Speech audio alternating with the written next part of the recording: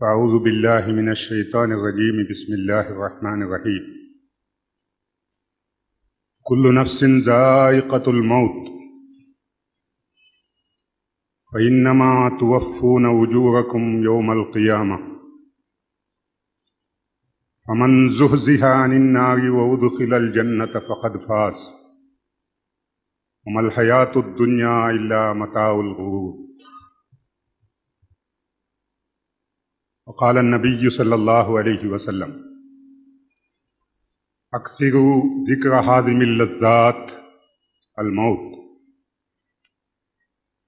صدق الله مولانا العظيم.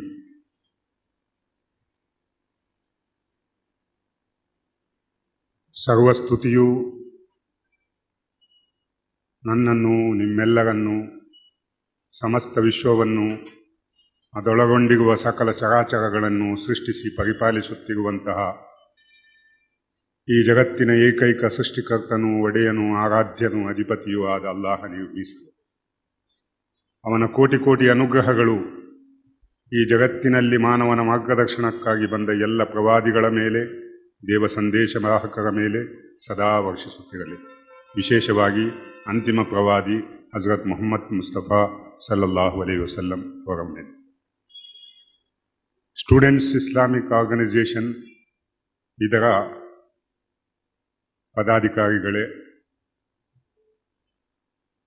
ಸದಸ್ಯರೇ, ಸಹ ಸದಸ್ಯರೇ, ಹಿತೈಷಿಗಳೇ, ಇಂದಿನ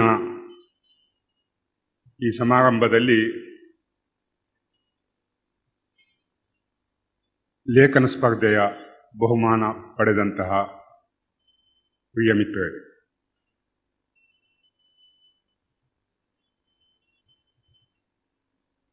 ಎದ್ದೇಳಿರಿ, ವಿಚಾರಣೆಯ ದಿನ ಸಮೀಪಿಸಿದೆ ಅಂತ SIO ಒಂದು ಅಭಿಯಾನ ಕೈಗೊಂಡಿತು. ಆ ಅಭಿಯಾನದ ಸಮಾರೋಪದ ಪ್ರಯುಕ್ತ ಇಂದು ಈ ಸಭೆ ಇಲ್ಲಿ ನಡೆಯುತ್ತಾ ಇದೆ. ಇಂತಹ ಸಭೆಗಳು ಈ ರಾಜ್ಯದ ಈ ನಾಡಿನ ಉದ್ದಗಲಕ್ಕೆ ಈಗ ನಡೆಯುತ್ತಾ ಇದೆ. ಏನು ವಿಶೇಷ ಬಂತು ಈ 2004 ಸೆಪ್ಟೆಂಬರ್ ತಿಂಗಳಲ್ಲಿ SIO ಯಾಕೆ ಇಷ್ಟು, ಅವ್ರಿಗೆ ಏನು ಮೆಸೇಜ್ ಬಂತು, ಎಲ್ಲಿಂದ ಸಮೀಪಿಸಿದೆ, ವಿಚಾರಣೆ ಸಮೀಪಿಸಿದೆ ಅಂತ ನೀವು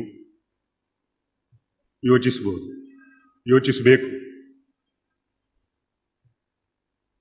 ಹೌದು, ಮೆಸೇಜ್ ಬಂದಿದೆ. ನಮ್ಮಲ್ಲಿ ಪ್ರತಿಯೊಬ್ಬನಿಗೂ ಮೆಸೇಜ್ ಬಂದಿದೆ. ನಾವು ಹುಟ್ಟಿದ ಕ್ಷಣದಲ್ಲಿ ಮೆಸೇಜ್ ಬಂದಿದೆ. ಆ ಮೆಸೇಜಿನ ಬಗ್ಗೆ ನಮಗೆ ನಾವು ಪ್ರೌಢರಾದಾಗ, ನಾವು ವಯಸ್ಸಿಗೆ ಬಂದಾಗ, ನಮಗೆ ವಿವೇಕ ಬಂದಾಗ ತಿಳಿದಿದೆ. ಆ ಮೆಸೇಜ್ ಏನು? ನನಗೆ ಸಾಯಲಿಕ್ಕಿದೆ ಅಂತ. ಈ ಬದುಕು ಶಾಶ್ವತ ಅಲ್ಲ, ನನಗೆ ಸಾಯಲಿಕ್ಕಿದೆ ಅಂತ. ಯಾವಾಗ, ಎಲ್ಲಿ, ಹೇಗೆ, ಯಾರಿಗೂ ಗೊತ್ತಿಲ್ಲ.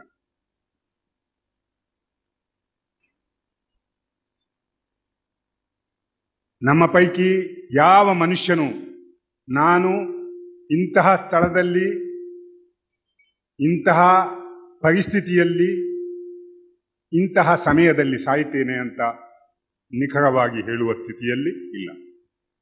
ನಮ್ಮ ಪೈಕಿಯಲ್ಲ, ಈ ಜಗತ್ತಿನಲ್ಲಿ ಯಾವ ಮಹಾತ್ಮನಾಗಲಿ, ದೊಡ್ಡ ವ್ಯಕ್ತಿಯಾಗಲಿ ಆ ಪರಿಸ್ಥಿತಿಯಲ್ಲಿ. ಈ ಜಗತ್ತಿನಲ್ಲಿ ಬಂದಂತಹ ಯಾವ ಪ್ರವಾದಿಗಳೂ ಅದನ್ನು ಹೇಳಿಲ್ಲ. ನಮ್ಮ ಮರಣದ ಕುರಿತು ನಮಗೆ ತಿಳಿದಿದೆ, ಯಾವಾಗ ಬರ್ತದೆ ಅಂತ ಹೇಳಿ. ಯಾವ ಕ್ಷಣದಲ್ಲೂ ಬರಬಹುದು. ಬಂದ ನಂತರ ಮತ್ತೆ ದೇವನ ಮುದ್ದೆ ನಿಲ್ಲುವುದು ಮಾತ್ರ. ನಾವೆಲ್ಲ ನಮ್ಮ ಪ್ರಭುವಿನ ಮುಂದೆ ಬಯಸಿದರೂ ಬಯಸದಿದ್ದರೂ ನಿಂತಿರುವೆವು, ಸಾಲು ಸಾಲಾಗಿ ನಿಂತಿರುವೆವು. ಅತ್ಯಂತ ಅಸಹಾಯಕರಾಗಿ ನಿಂತಿರುವೆವು. ಯಾರು ನೆರವಿಗೆ ಬರಲಾರು. ಯೌಮ ಯಫಿರುಲ್ ಮರ್ഉ ಮಿನ್ ಅಖೀಹ್ ವ ಉಮ್ಮಿಹಿ ವ ಅಬೀಹ್ ವ ಸಾಹಿಬತಿಹಿ ವ ಬನೀಹ್ ಲಿಕುಲ್ಲಿ ಇಮ್ರಿಇನ್ ಯೌಮೈದಿನ್ ಶಾನುನ್ ಯುಗ್ನೀಹ್. ಆ ದಿನ ಪ್ರತಿಯೊಬ್ಬ ಮನುಷ್ಯನು ತನ್ನ ತಂದೆಯಿಂದ, ಮಗನಿಂದ, ಸಹೋದರನಿಂದ, ಆಪ್ತಮಿತ್ರನಿಂದ ದೂರ ಹೋಗುವುದು. ಯಾರು ಯಾರ ನೆರವಿಗೂ ಬರಲಾರದು. ಪ್ರತಿಯೊಬ್ಬನಿಗೂ ಅವನ ಪಾಡೇ ಹೆಚ್ಚಾಗಿರುವುದು. ಯಾರು ಯಾರ ಸಹಾಯಕ್ಕೂ ಬರಲಾರದು. ವತ್ತಖೂ ಯೌಮನ್ ಲಾ ತಜ್ಜಿ ನಫ್ಸುನ್ ಅನ್ ನಫ್ಸಿನ್ ಶೈಆ ವಲಾ ಯುಕ್ಬಲು ಮಿನ್ಹಾ ಶಫಾಅತುಂ ವಲಾ ಯೂಖದು ಮಿನ್ಹಾ ಅದ್ಲುಂ ವಲಾ ಹುಂ ಯುನ್ಸರೂನ್. ಭಯಪಡಿರಿ, ಎಚ್ಚರಗೊಳ್ಳಿರಿ. ಒಂದು ದಿನ ಬರಲಿಕ್ಕಿದೆ. ಆ ದಿನ ಯಾರು ಯಾರ ಸಹಾಯಕ್ಕೂ ಬರಲಾರದು. ಯಾರಿಗೂ ಯಾರಿಂದಲೂ ಶಿಫಾರಸ್ಸು ಸಿಗಲಾರದು. ಯಾರಿಂದಲೂ ಪರಿಹಾರ ಧನ ಸ್ವೀಕರಿಸಲಾರದು. ಯಾರಿಗೂ ಯಾರಿಂದಲೇ ಯಾವುದೇ ಕಡೆಯಿಂದಲೇ ಯಾವುದೇ ನೆರವು ದೊರಕಲಾರದು. ಅಂತಹ ದಿನಕ್ಕೆ ನೀನೇನು ಮಾಡುತ್ತೀ ಅದನ್ನೀಗ ಮಾಡಬೇಕು. ಪವಿತ್ರ ಕುರಾನ್ನ ಒಂದು ವಾಕ್ಯ ಹೇಳುತ್ತದೆ, ಯಾ ಅಯ್ಯುಹಲ್ಲಜೀನ ಆಮನುತ್ತಕುಲ್ಲಾಹ್ ವಲ್ ತನ್ಜುರ್ ನಫ್ಸುಂ ಮಾ ಕದ್ದಮತ್ ಲಿಗದ್. ಓ ಸತ್ಯವಿಶ್ವಾಸಿಗಳೇ, ಅಲ್ಲಾಹನನ್ನು ಭಯಪಡಿ. ನಿಮ್ಮ ಪೈಕಿ ಪ್ರತಿಯೊಬ್ಬನೂ ನಾನು ನಾಳೆಗಾಗಿ ಏನು ಮಾಡ್ತಾ ಇದ್ದೇನೆ ಎಂಬುದನ್ನು ನೋಡಿಕೊಂಡಿದೆ. ನಮ್ಮ ಪೈಕಿ ಪ್ರತಿಯೊಬ್ಬನೂ ನಾಳೆಗಾಗಿ ದುಡಿಯುತ್ತಾ ಇದ್ದಾನೆ. ನಾಳೆಗೆ ನನ್ನ ಮಡದಿ ಮಕ್ಕಳಿಗೆ, ನನ್ನ ತಂದೆ ತಾಯಿಗೆ, ನನ್ನ ಸಹೋದರರಿಗೆ ನಾಳೆಗೆ ನಾನು ಏನು ಮಾಡ್ತಾ ಇದ್ದೇನೆ. ಇವತ್ತು ಪ್ರತಿಯೊಬ್ಬನೂ ದುಡಿಯುವವನು ಇವತ್ತಿನ ಮಜೂರಿ ಪಡೆದು ನಾಳೆಗಾಗಿ ಮಾಡುವಂತಹ. ಅಲ್ಲಾಹನು ಹೇಳ್ತಾನೆ, ಈ ಜೀವನ ಎಂಬುದು ಇಂದು ಮತ್ತು ಪರಲೋಕ ದೇವನ ಮುಂದೆ ಹಾಜರಾಗುವ ಆ ದಿನ ಅದು ನಾಳೆ. ಆ ನಾಳೆಗಾಗಿ ನೀನು ಏನು ಶೇಖರಿಸುತ್ತಿದ್ದಿ ಎಂಬುದನ್ನು ನಿಮ್ಮ ಪೈಕಿ ಪ್ರತಿಯೊಬ್ಬನೂ ನೋಡಿಕೊಳ್ಳಲಿ. ವತ್ತಖುಲ್ಲಾಹ್, ಮತ್ತು ಅಲ್ಲಾಹನನ್ನು ಭಯಪಡಿರಿ. ಇನ್ನಲ್ಲಾಹ ಖಬೀರುಂ ಬಿಮಾ ತಾಮಲೂನ್. ಖಂಡಿತವಾಗಿಯೂ ಅಲ್ಲಾಹನು ನೀವೇನೆಲ್ಲ ಮಾಡುತ್ತಿದ್ದೀರಿ ಅದರ ಬಗ್ಗೆ ಎಲ್ಲ ಬಲ್ಲವನಾಗಿದ್ದಾನೆ. ನೀವು ಮಾಡುವ ಕರ್ಮಗಳು ಮಾತ್ರ ಅಲ್ಲ, ಆ ಕರ್ಮಗಳ ಹಿಂದೆ ಇರುವಂತಹ ನಿಮ್ಮ ವಿಚಾರಗಳು, ಆ ಕರ್ಮಗಳ ಹಿಂದೆ ಇರುವಂತಹ ನಿಮ್ಮ ಸಂಕಲ್ಪಗಳು, ನಿಮ್ಮ ಭಾವನೆಗಳು ಎಲ್ಲವನ್ನು ಅವನು ಬಲ್ಲ. ಮತ್ತು ಒಂದು ದಿವಸ ಅವನ ಮುಂದೆ ನೀವು ಹಾಜರಾಗಲಿ. ಆ ದಿವಸ ದೂರ ಇಲ್ಲ. ಈ ಕ್ಷಣ ಬರಬಹುದು, ಈ ದಿನ ಬರಬಹುದು, ನಾಳೆಯ ದಿನ ಬರಬಹುದು, ಈ ವರ್ಷ ಬರಬಹುದು, ಮುಂದಿನ ವರ್ಷ ಬರಬಹುದು, ಯೌವನದಲ್ಲಿ ಬರಬಹುದು, ಮುದಿತನದಲ್ಲಿ ಬರಬಹುದು, ನಡುಪ್ರಾಯದಲ್ಲಿ ಬರಬಹುದು, ನಡುಬೀದಿಯಲ್ಲಿ ಬರಬಹುದು, ರುಗ್ನಶಯ್ಯೆಯಲ್ಲಿ ಬರಬಹುದು, ಕತ್ತಲಲ್ಲಿ ಬರಬಹುದು, ಇರುಳಲ್ಲಿ ಬರಬಹುದು, ಬೆಳಕಲ್ಲಿ ಬರಬಹುದು. ಯಾರು ಎಲ್ಲಿ ಯಾವಾಗ ಹೇಗೆ ಸಾಯಬೇಕೆಂದು ಯಾರಿಗೂ ಅದು ಬಂದ ನಂತರ ದೇವನ ಮುಂದೆ ಹಾಜರಾದ ನಂತರ ಒಂದು ಸಿಡಿ ಈಗ ತಯಾರು ಮಾಡ್ತಾ ಇದ್ದಾರೆ ಇವರು. ಇದೇ ರೀತಿಯ ಸಿಡಿ ಆ ದೇವನು ತಯಾರು ಮಾಡ್ತಾ ಇದ್ದಾನೆ ನಮ್ಮ ಜೀವನದ್ದು. ಇಖ್ರಾ ಕಿತಾಬಕ್ ಕಫಾ ಬಿನಫ್ಸಿಕಲ್ ಯೌಮ ಅಲೈಕ ಹಸೀಬಾ. ನೋಡು, ಇದು ನಿನ್ನ ಜೀವನದ ಸಿಡಿ, ಇದನ್ನು ನೋಡಿಕೊ. ಇವತ್ತು ನಿನ್ನ ವಿಚಾರಣೆ ಮಾಡಲಿಕ್ಕೆ ನೀನೇ ಸಾಕು. ನೀನು ಹೇಳು, ನಿನಗೆ ಎಲ್ಲಿ ಹೋಗಬೇಕು, ಸ್ವರ್ಗಕ್ಕೋ ನರಕಕ್ಕೋ, ನೀನೇ ತೀರ್ಮಾನ.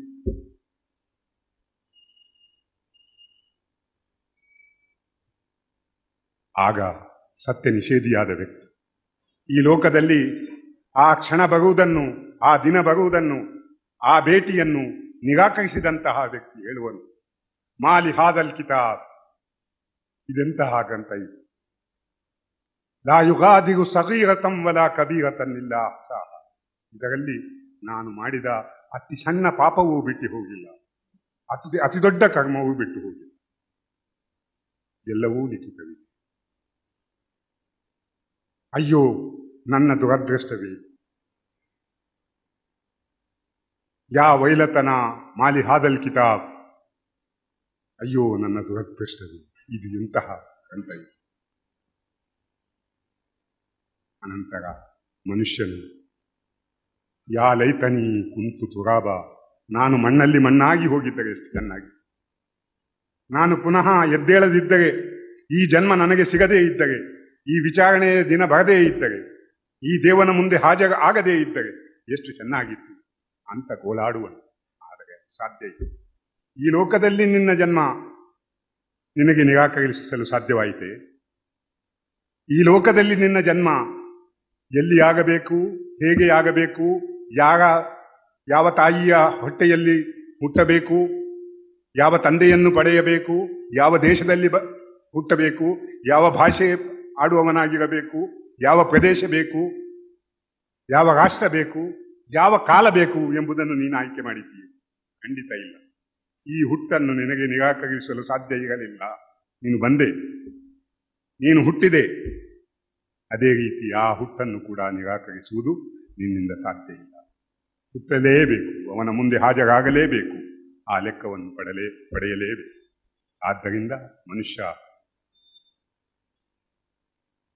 ಮನುಷ್ಯ ಅಪ ಹಸಿಬುತುಂ ಅನ್ನಮ ಖಲಕ್ನಾಕುಂ ಅಬತಂ ಅನ್ನಕುಂ ಇಲೈನಾ ಲಾ ತುರ್ಜഊನ್.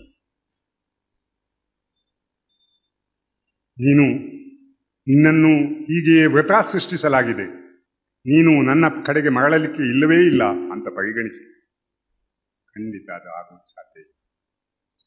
ನನ್ನ ಕಡೆ ಮರಳಲೇಬೇಕು, ವಿಚಾರಣೆಯನ್ನು ಎದುರಿಸಲೇಬೇಕು. ಆದ್ದರಿಂದ ಆ ದಿನವನ್ನು ನೆನಪಿಡುವುದು, ಆ ಮರಣವನ್ನು ನೆನಪಿಡುವುದು, ಅದಕ್ಕೆ ಸಿದ್ಧತೆಯನ್ನು ಮಾಡುವುದು. ಆ ಮರಣ ನನ್ನ ಅಂತ್ಯ ಆಗಿದ್ದರೆ ಖಂಡಿತ ನನಗೆ ಯಾವ ನಷ್ಟವೂ ಇಲ್ಲ. ನಾನೊಬ್ಬ ಪ್ರಾಮಾಣಿಕನಾಗಿ, ಸತ್ಯಸಂಧನಾಗಿ, ಪರೋಪಕಾರಿಯಾಗಿ, ಜಗತ್ತಿನ ಎಲ್ಲ ಮನುಷ್ಯರಿಗೆ ಬೇಕಾದವನಾಗಿ, ಜಗತ್ತಿನ ಎಲ್ಲ ಮನುಷ್ಯರನ್ನು ನನ್ನ ಒಡ ಹುಟ್ಟಿದ ಸಹೋದರಂತ ಭಾವಿಸಿ ಜೀವಿಸಿ ಆಯಿತು, ಬದುಕಿ ಬಾಳಿದೆ. ಆ ಕೃತಾರ್ಥ ಭಾವನೆ ನನ್ನಲ್ಲಿದ್ದಿತ್ತು.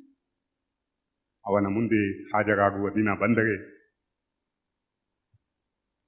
ಖಂಡಿತ ನನ್ನ ಪುಣ್ಯಕರ್ಮಗಳು, ನನ್ನ ವಿಶ್ವಾಸ ನನ್ನನ್ನು ಅಲ್ಲಿ ಜಯಶೀಲನಾಗಿ ಮಾಡಿ. ಆದ್ದರಿಂದ ನಾವು ಅದಕ್ಕಾಗಿ ಕೆಲಸ ಮಾಡಬೇಕು. ಪ್ರವಾದಿ ಮುಹಮ್ಮದ್ ಸಲ್ಲಲ್ಲಾಹು ಅಲೈಹಿ ವಸಲ್ಲಂ ಹೇಳಿದ್ದು, ಆ ವಿಚಾರಣೆಯ ದಿನವನ್ನು ನೆನಪಿಡ್ಲಿಕ್ಕಾಗಿ ಏನ್ ಮಾಡಬೇಕು ಅಂತ, ಅಕ್ತಿರು ಜಿಕ್ರ ಹಾದಿಮಿಲ್ ಲಜ್ಜಾತ್ ಅಲ್ ಮೌತ್. ನೀವು ಹೆಚ್ಚು ಹೆಚ್ಚು ಮರಣವನ್ನು ನೆನಪು ಮಾಡಿ. ವಿಚಿತ್ರ ಕಾಣಬಹುದು ನಿಮಗೆ. ಒಬ್ಬ ಸತ್ಯವಿಶ್ವಾಸಿ ಬೆಳಿಗ್ಗೆ ಎದ್ದೇಳುವಾಗ ಅಲ್ಹಮ್ದುಲಿಲ್ಲಾಹಿಲ್ಲದಿ ಅಹ್ಯಾನಾ ಬಾದಮಾ ಅಮಾತನಾ ವೈಲೈಹಿ ನುಶೂರ್ ಅಂತ ಹೇಳ್ತಾರೆ. ನನ್ನನ್ನು ನನ್ನ ಮರಣದ ಬಳಿಕ ಬದುಕಿಸಿದ ನನ್ನ ಪ್ರಭುವಿಗೆ ವಂದನೆಗಳು, ಅವನಲ್ಲಿಗೆ ನನಗೆ ಮರಳಲಿಕ್ಕಿದೆ. ಇದು ಸ್ಟಾರ್ಟ್.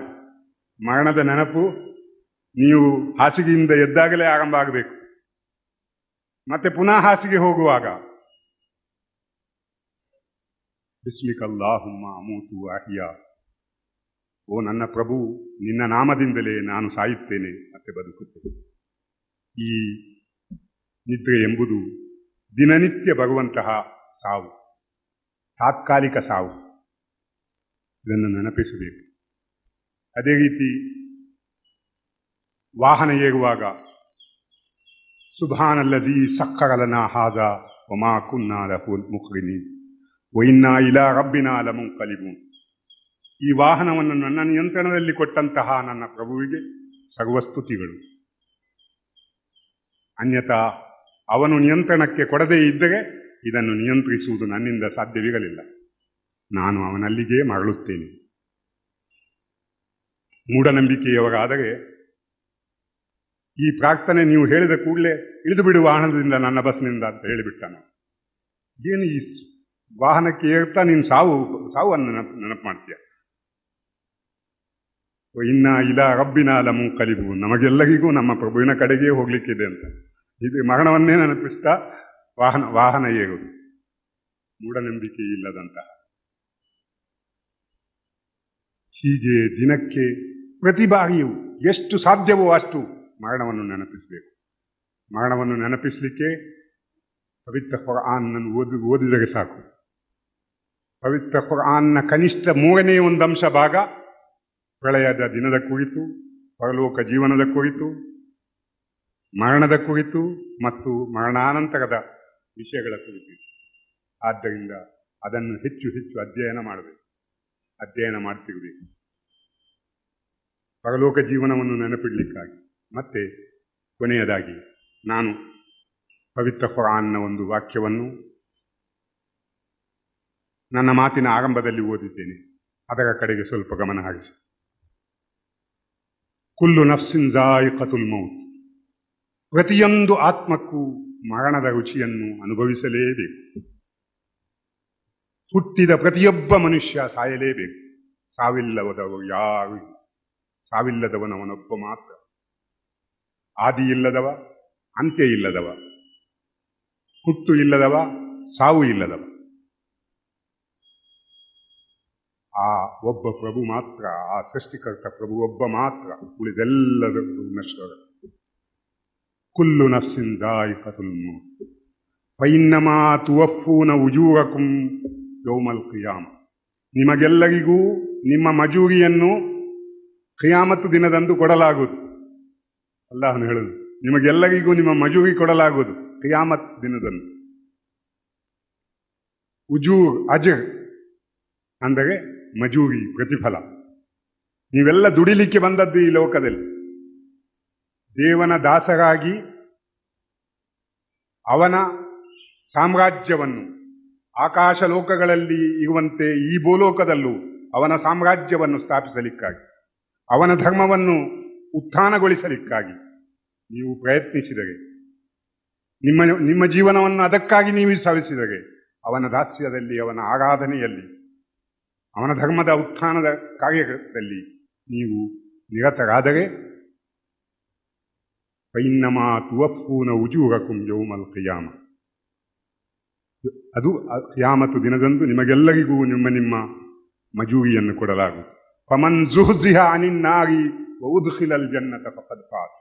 ಯಾರು ಆ ದಿವಸ ನರಕದಿಂದ ಸಂರಕ್ಷಿಸಲ್ಪಟ್ಟು ಸ್ವರ್ಗದಲ್ಲಿ ಪ್ರವೇಶಗೊಳಿಸಲ್ಪಡುವನು, ಅವನು ವಿಜಯಿಯಾದನು. ವಮಲ್ ಹಯಾತು ದುನ್ಯಾ ಇಲ್ಲಾ ಮತಾಉಲ್ ಘುರೂರ್. ಈ ಲೌಕಿಕ ಜೀವನ ಒಂದು ಭ್ರಮೆಯ ಲೋಕ ಮಾತ್ರ. ಇದು ಶಾಶ್ವತ ಅಲ್ಲ. ಇದರ ಸುಖ ಶಾಶ್ವತ ಅಲ್ಲ. ಇದರ ಆರೋಗ್ಯ ಶಾಶ್ವತ ಅಲ್ಲ. ಇದರ ಸಂಪತ್ತು ಶಾಶ್ವತ ಅಲ್ಲ. ಎಲ್ಲವೂ ಭ್ರಮೆ. ಯಾವ ಸಂಪತ್ತು ಇಂದು ನಿಮ್ಮ ಕೈಯಲ್ಲಿದೆಯೋ ನಿನ್ನೆ ಬೇರೆ ಯಾರದೋ ಕೈಯಲ್ಲಿತ್ತು, ಮೊನ್ನೆ ಬೇರೆ ಯಾರದೋ ಕೈಯಲ್ಲಿತ್ತು, ನಾಳೆ ಬೇರೆ ಯಾರದೋ ಕೈಗೆ ಸೇರಲಿಕ್ಕೆ. ಪ್ರವಾದಿ ಮುಹಮ್ಮದ್ ಸಲ್ಲಲ್ಲಾಹು ಅಲೈಹಿ ವಸಲ್ಲಂ ಒಮ್ಮೆ ಹೇಳಿದರು, ಮನುಷ್ಯ ಹೇಳ್ತಾನೆ ನನ್ನ ಸೊತ್ತು ನನ್ನ ಸೊತ್ತು ನನ್ನ ಸೊತ್ತು ಅಂತ. ನಿನ್ನ ಸೊತ್ತು ಯಾವುದು? ಯಾವುದನ್ನು ನೀನು ತಿಂದು ಹಾಕಿದೆಯೋ, ಜೀರ್ಣಿಸಿದೆಯೋ, ತಿಂದು ಜೀರ್ಣಿಸಿದೆಯೋ, ಮತ್ತು ಯಾವುದನ್ನು ನೀನು ಹುಟ್ಟು ಹಳತು ಮಾಡಿದೆಯೋ, ಮತ್ತು ಯಾವುದನ್ನು ನೀನು ದೇವಮಾರ್ಗದಲ್ಲಿ ಅನಾಥರಿಗೆ, ಬಡವರಿಗೆ, ನಿರ್ಗತಿಕರಿಗೆ ದೇವಧರ್ಮದ ಉತ್ಥಾನದ ಕಾರ್ಯಕ್ಕಾಗಿ ಬೇಯಿಸಿದೆಯೋ, ಅದು ನಿನ್ನದು. ಉಳಿದಂತೆ ಆ ಇರುವ ಎಲ್ಲ ಸೊತ್ತು ಈ ಕ್ಷಣ ಮರಣ ನಿನಗೆ ಬಂದು ಬಿಟ್ಟಾಗ ಅದು ಯಾರದೋ ಸೊತ್ತಾಗಿಬಿಡುತ್ತೆ. ಆ ಸೊತ್ತು ಯಾರದೋ ಆಗಿಬಿಡುವುದು. ಒಮ್ಮೆ ಅದೇ ರೀತಿ ಪ್ರವಾದಿ ಮುಹಮ್ಮದ್ ಸಲ್ಲಲ್ಲಾಹು ಅಲೈಹಿ ವಸಲ್ಲಂ ಕೇಳಿದರು, ಯಾರಿಗೆ ತನ್ನ ಸೊತ್ತಿಗಿಂತ ತನ್ನ ವಾರಿಸುದಾರನ ಸೊತ್ತು ಹೆಚ್ಚು ಪ್ರಿಯವಾಗಿದೆ? ಯಾರಿಗೂ ಇಲ್ಲ ಅಂತ ಹೇಳಿದರು. ಪ್ರವಾದಿಯ ಸಂಗಾತಿಗಳು ಯಾರಿಗೂ ಇಲ್ಲ ಅಂತ ಹೇಳಿದರು. ಆಗ ಪ್ರವಾದಿ ಸಲ್ಲಲ್ಲಾಹು ಅಲೈಹಿ ವಸಲ್ಲಂ ಹೇಳಿದರು, ನಿಮ್ಮ ಸೊತ್ತು ನೀವು ಹುಟ್ಟದ್ದು, ನೀವು ಉಂಡದ್ದು, ನೀವು ಹುಟ್ಟದ್ದು, ನೀವು ಕೊಟ್ಟದ್ದು. ಯಾವುದನ್ನು ನೀವು ಬಿಟ್ಟಿದ್ದೀರೋ ಅದು ಈ ಕ್ಷಣದಲ್ಲಿ ಪರಗ ಸೊತ್ತಾಗಲಿಕ್ಕಿದೆ.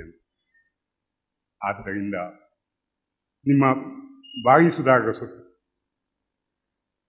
ಪರಗ ಸೊತ್ತು ಅಂತ ಹೇಳಿದರೆ ನೀವು ಸತ್ತ ಕೂಡಲೇ ಅದು ನಿಮ್ಮ ಬಾಗಿಸುದಾರರ ಸೊತ್ತು. ಆದ್ದರಿಂದ ಈ ಜೀವನವನ್ನು ಪರಲೋಕದ ಆ ಶಾಶ್ವತ ಜೀವನದ ಸಿದ್ಧತೆಗಾಗಿ ಬೇಯಿಸುವ ಮತ್ತು ಅದಕ್ಕಾಗಿ ದುಡಿಯುವ ಈ ಜಾಗೃತಿ ನಮ್ಮ ಪೈಕಿ ಯಾರಲ್ಲಿ ಮೂಡಿದರೂ ಅದು ಅವನ ಬದುಕಿನ ಅತ್ಯಂತ ನಿರ್ಣಾಯಕ ದಿನವಾಗಿ ಮಾಡಿಕೊಡುತ್ತೆ.